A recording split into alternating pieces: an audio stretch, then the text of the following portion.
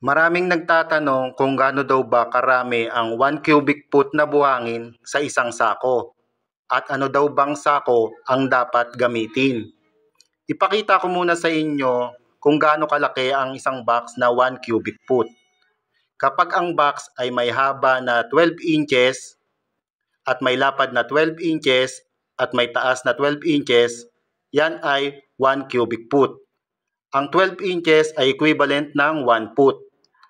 Ang isang 1 cubic foot na box ay equivalent ng isang sakong semento na 40 kg. Ngayon, paano nyo malalaman na ang dami ng buhangin? Iparehas nyo lang ang dami ng buhangin sa dami ng semento. Kung gusto nyo naman talagang makasigurado, kuha kayo ng box mismo. Pero kung tinatamad naman kayo, iparehas nyo na lang ang dami ng buhangin sa dami ng semento.